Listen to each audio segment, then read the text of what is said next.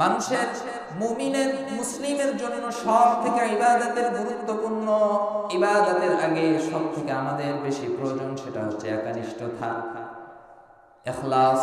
এই জিনিসটা সব থেকে বেশি আমাদের জন্য প্রয়োজন। আল্লাহ রাব্বুল আলামিন পবিত্র কোরআনুল কারীমের মধ্যে সূরা আয-জুমারের 2 নম্বর আয়াতের ভিতরে আমাদেরকে নির্দেশনা দিচ্ছেন, জানিয়ে দিচ্ছেন, ইন্না আনজালনা ইলাইকাল কিতাবা বিল হাক্কি ফা'বুদিল্লাহা মুখলিসাল লাহুদ্দীন।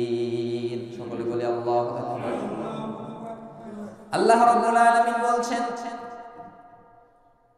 ইন্না আনজালনা, নিশ্চয় আমি এই কিতাব নাজিল করেছি, এই কোরআন তোমাদের জন্য নাজিল করেছি, ইলাইকাল কিতাবা বিল হাক্কি, সত্য সহকারে, এর ভিতরে কোনো মিথ্যার কোনো আশ্রয় নেই, সন্দেহের কোনো আশ্রয় নেই, এর ভিতরে কোনো রকম 2 নম্বরে কিতাবের ভিতরে কোনো একটি কথা, কোনো একটি শব্দ, কোনো একটি বাক্য আমি আল্লাহ রাব্বুল আলামিন এখানে কোনো ছলচাতুরির কোনো সুযোগ এখানে নেই। ইলাইকাল কিতাবা বিল হাক্কি, সত্য সহকারে আমি কিতাব নাজিল করেছি। জোরে বলুন সুবহানাল্লাহ। আল্লাহ রাব্বুল আলামিন বলছেন, ফা'বুদিল্লাহা মুখলিসাল লাহুদ্দীন, আর তোমরা আল্লাহ রাব্বুল আলামিনের ইবাদত করবে, আল্লাহ রাব্বুল আলামিনের আনুগত্য করবে, দাসত্ব করবে। এই দাসত্বটা হতে হবে একনিষ্ঠতার সাথে, নিষ্ঠার সাথে। জোরে বলুন সুবহানাল্লাহ। অর্থাৎ এই কিতাব আমি যেভাবে সত্য সহকারে তোমাদের জন্য নাজিল করেছি, এই কিতাবের ভিতরে যেমন কোনো বাতিল কিছু নাই, এই কিতাবের ভিতরে যেমন কোনো মিথ্যার কোনো আশ্রয় নাই, এই কিতাবের ভিতরে যেমন কোনো পরিবর্তন নাই, পরিমার্জন নাই, কোনো কিছুই কেউ করে নাই, কেউ করতেও পারবে না, কারণ ক্ষমতাও নাই। আল্লাহ রাব্বুল আলামিন এই ক্ষমতা দেন নাই। চিল্লায় বলুন সুবহানাল্লাহ। এই কিতাব যেমন সত্য, আমার ইবাদত বন্দেগী যে বান্দারা করবে, আমার বান্দারা তোমরা শুনে রেখে দাও, আমার ইবাদত যখন তোমরা করবে, সেই ইবাদতটাও হতে হবে, এই ইবাদতের ভিতরেও থাকতে হবে একনিষ্ঠতা, ইবাদতের ভিতরে কোনো ছলচাতুরি চলবে না। কিতাব যেমন সত্য, কোরআন যেমন আমি সত্য সহকারে নাজিল করেছি, আমার বান্দারা আমার ইবাদত করবে মুখলিসাল লাহুদ্দীন, জীবন ব্যবস্থাকে তারা গ্রহণ করবে, এমন ভাবে গ্রহণ করবে যে তার ভিতরে কোনো ছলচাতুরি থাকবে না, অন্য কারোর মনোতুষ্টি করার জন্য ইবাদত চলবে না। প্রিয় হাজিরিন, আল্লাহ রাব্বুল আলামিন সূরা বাইয়িনাত 5 নম্বর আয়াতের ভিতরে রাব্বুল আলামিন বলছেন, ওয়ামা উমিরু ইল্লা লিয়া'বুদুল্লাহা মুখলিসিনা লাহুদ্দীন হুনাফা'a ওয়া ইউকিমুস সালাতা ওয়া ইউতুজ যাকাতা ওয়া যালিকা দীনুল কাইয়্যিমা। সকলে বলি আল্লাহু আকবার। আল্লাহ রাব্বুল আলামিন বলছেন, ওয়ামা উমিরু ইল্লা লিয়া'বুদুল্লাহা মুখলিসিনা লাহুদ্দীন। আল্লাহ রাব্বুল আলামিন বলছেন, তাদেরকে ছাড়া আমি এই নির্দেশনা দেই নাই, তাদেরকে ছাড়া আমি এই নির্দেশনা দিচ্ছি না, আদেশ করছি না। লিয়া'বুদুল্লাহা মুখলিসিনা লাহুদ্দীন, আল্লাহ তাআলা ইল্লা শব্দ দিয়ে একটা হরফে ইস্তিসনা দিয়ে একটা শর্ত যুক্ত করে দিয়েছেন, যারা খাঁটি মনে একনিষ্ঠভাবে আল্লাহ রাব্বুল আলামিনের ইবাদত করবে, এদেরকে আমি শুধুমাত্র নির্দেশনা দিচ্ছি। অর্থাৎ আমার এই আদেশ আল্লাহ তাআলা যে কোরআনের মাধ্যমে আমাদেরকে জানাচ্ছেন, বলছে, হে আমার বান্দারা, যারা একনিষ্ঠভাবে আমার ইবাদত করবে, আমার আনুগত্য করবে, আমার দাসত্ব করবে, আমি শুধু তাদেরকেই আমি নির্দেশ দিচ্ছি যে হুনাফা ওয়া ইউকিমুস সালাতা ওয়া ইউতুজ যাকাতা ওয়া যালিকা দীনুল কাইয়্যিমা, তোমরা নামাজ প্রতিষ্ঠা করবে, যাকাত আদায় করবে, আর এটাই হচ্ছে তোমাদের জন্য সঠিক দ্বীন। সকলে বলি আল্লাহ।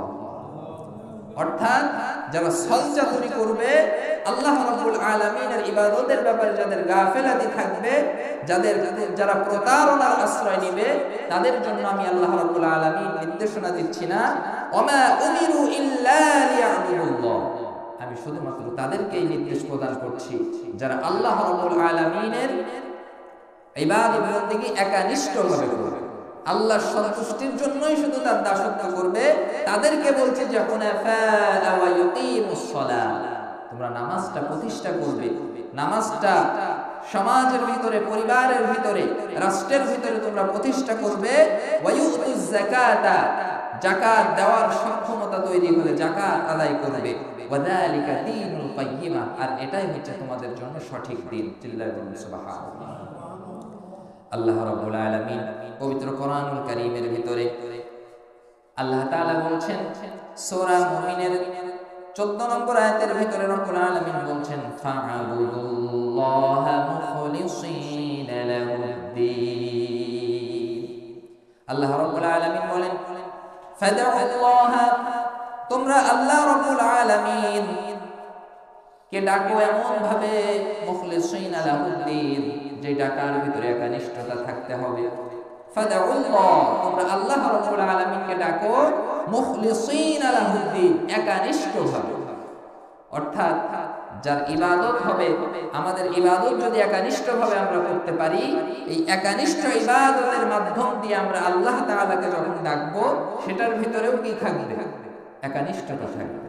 ইবাদতের ভিতরে যদি একনিষ্ঠতা না থাকে, দেখবেন যে আল্লাহ রাব্বুল আলামিনের কাছে যখন আমরা হাত তুলে হোক, হাত না তুলে হোক, যখনই হোক আল্লাহর কাছে চাইবো, দেখবেন যে আপনি এই চাওয়ার ভিতরে কোনো মানে পরিতৃপ্তি বা শান্তি, মানসিক প্রশান্তি আপনি পাচ্ছেন।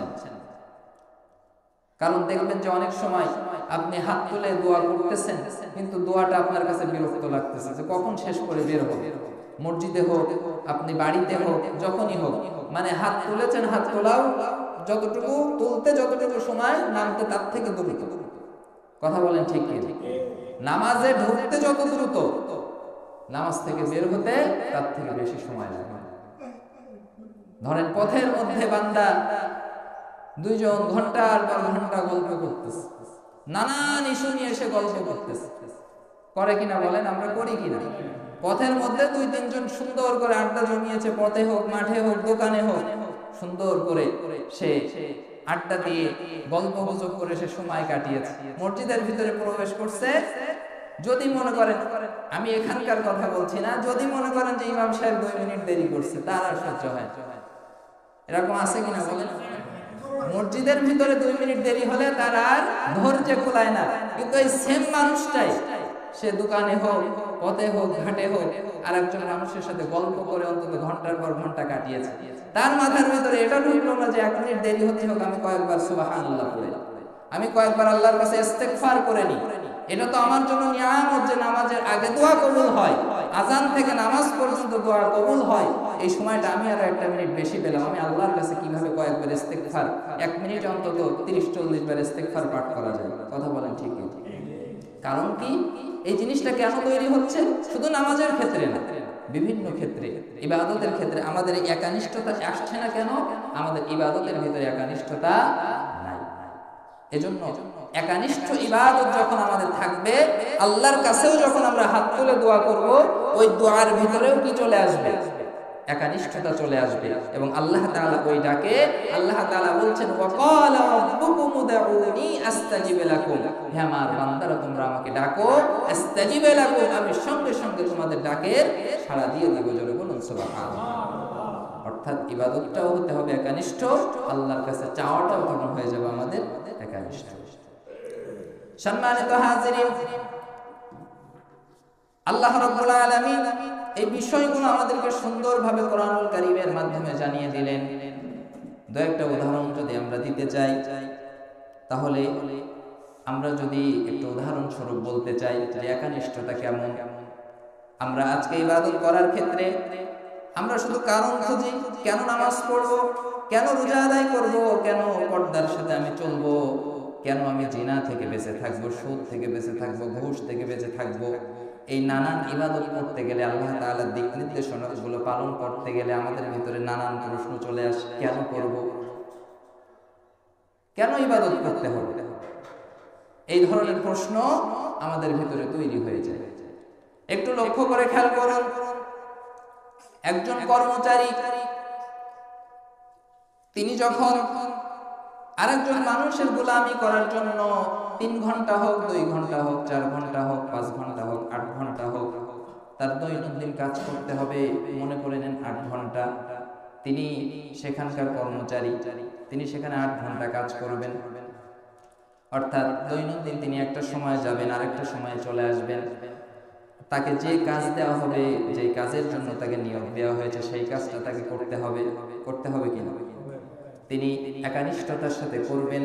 কাজগুলো করার পরে তারপরে তাকে একটা পরিশ্রমের পুরস্কার, তাকে বেতন হিসেবে দেওয়া হবে। এখন এবার যদি আপনার কাছে, আমাদের কাছে যদি কেউ প্রশ্ন করা হয়, আমরা যদি নিজেরাই নিজেদের কাছে প্রশ্ন করি, যেই ব্যক্তি একজন কর্মচারী, তিনি যার অধীনে কাজ করছেন, প্রত্যেকটা কাজ করার ক্ষেত্রে যখন তিনি বলবেন, তার মালিককে যখন বলবে যে ভাই এটা আমি কেন করব, এই কাজটা আপনি কেন করতেছেন, আবার যখন আপনি আরেকটা কাজের, যখন আরেকদিন হয়তো আরেকটা কাজ দিল, আপনি আবার জিজ্ঞাসা করলেন যে এই কাজটা আমি কেন করব, আবার আরেকদিন আরেকটা কাজ করলেন, আপনি আবার জিজ্ঞাসা করলেন এই কাজটা আমি কেন করব। তিনি যে কাজ আপনাকে দিচ্ছেন, যে কাজের অর্ডার আপনাকে করতেছেন, আদেশ করতেছেন, সেই প্রত্যেকটা কাজে আপনি তাকে জিজ্ঞাসা করতেছেন আমি এটা করব কেন, ওটা করব কেন। এখন এবার আপনারা আপনাদের কাছে, আমরা আমাদের কাছে যদি প্রশ্ন করি, তাহলে ওই চাকরি বা ওই কাজ আমাদেরকে আর পরের দিন ওই মালিক আমাদেরকে ডাকবে কিনা? বলবে যে বেটা এত বকিস কেন, এত কথা বলো কেন, যে কাজ করতে বলছি এত সময়ে তোমাকে এত টাকা প্রদান করা হবে, তুমি সেই কাজটা, তোমার কাজ যা দিয়েছি সেটা তুমি করো। কি জন্য করতে হবে, কেন করতে হবে, করলে কি লাভ হবে, কি ক্ষতি হবে, এটা তোমার জানার দরকার নেই। বলবে কিনা বলেন? এরকম বলবে। আপনিও যদি কাউকে দিয়ে কাজ করান, আমিও যদি কাউকে দিয়ে কাজ করাই, 2-3 বার প্রশ্ন করার পরে মেজাজ এমনিতেই খারাপ হয়ে যাবে, যে এত প্রশ্ন করো কেন, যেটা কাজ দিয়েছে সেটাই না করো। এরকম বলবে কিনা? এবার এটা যদি এবার একটু চিন্তা করেন, এখন যে ব্যক্তি কাজটা করাচ্ছেন সে কি মানুষ, আর যে কর্মচারী যিনি সেও মানুষ। মানুষের মধ্যে তো কোনো পার্থক্য নাই। হয়তো উনি একটু বড় লোক, উনি একটু গরিব মানুষ, হয়তো ওনার দুনিয়াবি মান ইজ্জত একটু বেশি, এনার হয়তো দুনিয়াবি মান ইজ্জত একটু কম। এটাই তো বিভিন্ন অ্যাঙ্গেলে পার্থক্য থাকতে পারে, কিন্তু মানুষ হিসেবে মানুষের কোনো পার্থক্য থাকতে পারে না। অর্থাৎ এই কর্মচারী যখন সে বারবার তার মালিককে যখন প্রশ্ন করতে থাকবে যে কেন কাজ করবে, অবশ্যই মালিক তার উপরে বিরক্ত। আপনারা অনেকটাই বুঝতে পেরেছেন আমি কি বোঝাতে চেয়েছি। আল্লাহর ইবাদত এটা তো দুইজন মানুষের খেলা, দুইজন মানুষের দুনিয়াবি একটা কর্মযোগ্য, কিন্তু যে আল্লাহ রাব্বুল আলামিনের বান্দা আমরা, আল্লাহ রাব্বুল আলামিন সৃষ্টিকর্তা, যিনি আমাদেরকে সৃষ্টি করেছেন, আপনি ইবাদত করতে যে, নামাজ পড়তে যে, রোজা রাখতে যে, পর্দা মোতাবেক চলতে যে, জিনা থেকে বাঁচতে যে, সুদ থেকে বিরত থাকতে যে, ঘুষ থেকে, দুর্নীতি থেকে, অন্যায় অপরাধ থেকে বাঁচতে যে, যদি বারবার নিজের কাছে প্রশ্ন করেন আমি এটা কেন করব, আমি কেনই বা নামাজ পড়বো, কেনই বা রোজা করব, তাহলে আপনি কি চিন্তা করতে পারেন যে আল্লাহ রাব্বুল আলামিন কতটা আমাদের উপরে রাগান্বিত হয়ে যান? রাগান্বিত হবেন কি হবেন? আল্লাহ রাব্বুল আলামিন গফুরুর রহিম, রহমানুর রহিম। তারপরেও কোরআনুল কারীমের অসংখ্য জায়গায় আমরা আল্লাহ রাব্বুল আলামিনের নাফরমানি করার পরেও বারবার আল্লাহ তাআলা ক্ষমার কথা, তাওবার কথা বলে আল্লাহ তাআলা আমাদেরকে সুন্দর করে ইসলাহ করে সংশোধন করে যাতে আমরা আবার আল্লাহ তাআলার ইবাদতে একানিষ্ঠ হতে পারি, সেই সুযোগ আল্লাহ তাআলা করে দিয়েছেন। জোরে বলুন সুবহানাল্লাহ। এই বিষয়গুলো আমাদেরকে চিন্তা করতে হবে। ছোট্ট একটা ইতিহাস থেকে একটা উদাহরণ। ভারতীয় উপমহাদেশের অন্যতম শাসক, সফল শাসক সুলতান মাহমুদ গজনভি, ভারতীয় উপমহাদেশে ইসলাম প্রতিষ্ঠার কাজে যারা শ্রম দিয়েছেন, সময় দিয়েছেন, তার মধ্যে অন্যতম একজন শাসক ছিলেন সুলতান গজনভি, সুলতান মাহমুদ গজনভি। যারা ইন্টারমিডিয়েট পাশ করেছে তারা অনেকেই এই ইতিহাস পড়েছে, আপনারা নিজেরাও পড়ে থাকতে পারেন।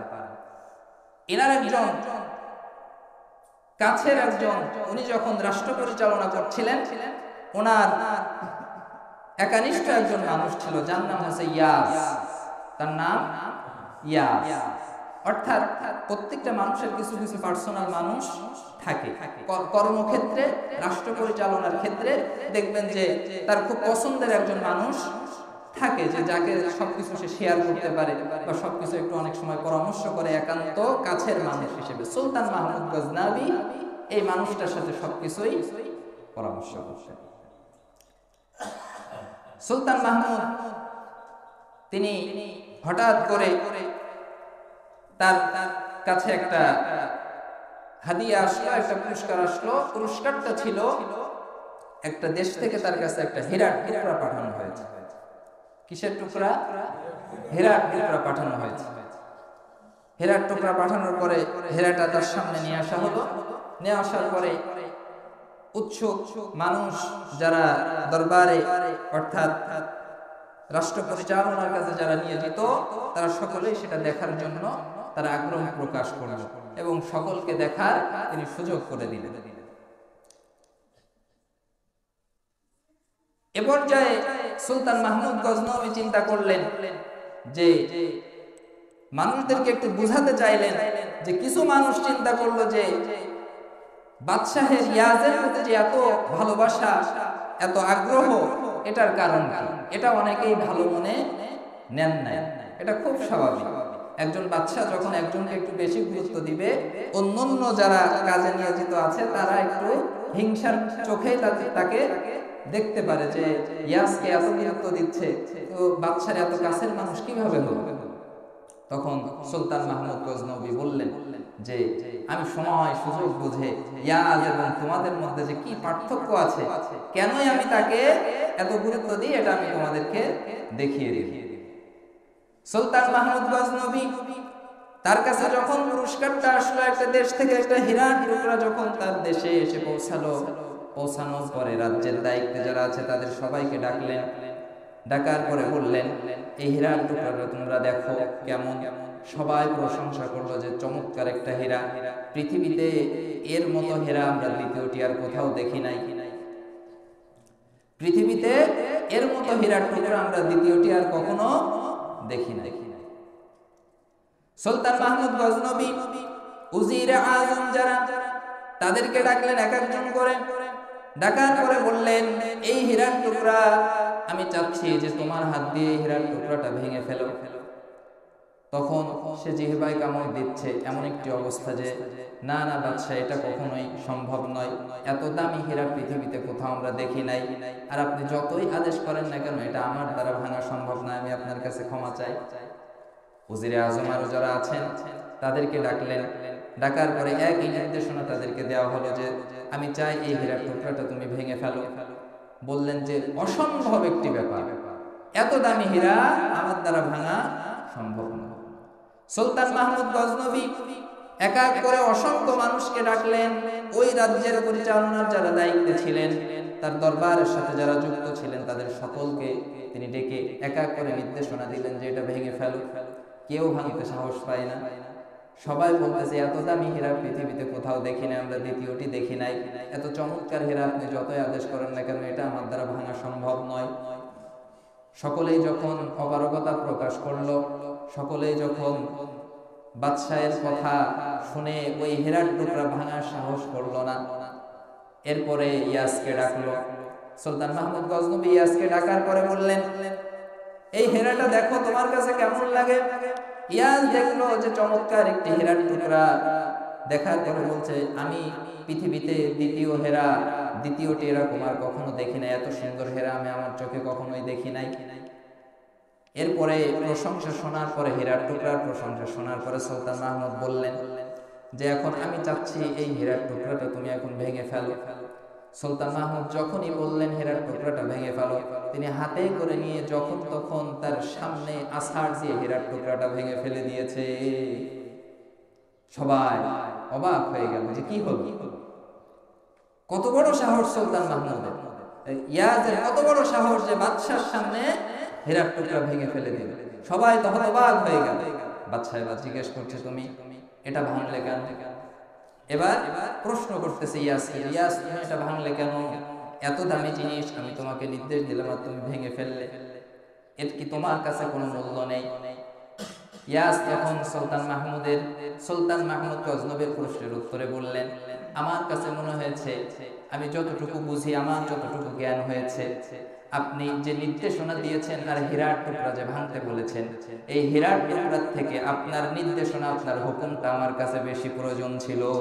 জোরে বলুন আল্লাহু আকবার। হীরার থেকে আপনি যে হুকুম করেছেন, এই হুকুমটার দাম আমার কাছে বেশি ছিল। সকলকে ডাক দিয়ে বললেন যে দেখো, তোমরা কেউ সাহস পাও নাই, তোমরা আমি অসন্তুষ্ট হব কি সন্তুষ্ট হব সেই জন্য তোমরা ভাঙো নাই। আমি তোমাদেরকে বকবো কি বকবো না এই ভয়ে তোমরা ভাঙো নাই, কিন্তু আমার ছিল নির্দেশনা ভাঙার। তোমরা সকলেই ভয় পেয়েছো, কিন্তু ইয়াস কখনো ভয় পাই নাই। সে আমার হুকুমের গোলামি করেছে, আমি যা হুকুম করেছি সেটার দিকেই সে বেশি গুরুত্ব দিয়েছে। এটাই হচ্ছে একানিষ্ঠতা, এটাই হচ্ছে হুকুমের গোলাম।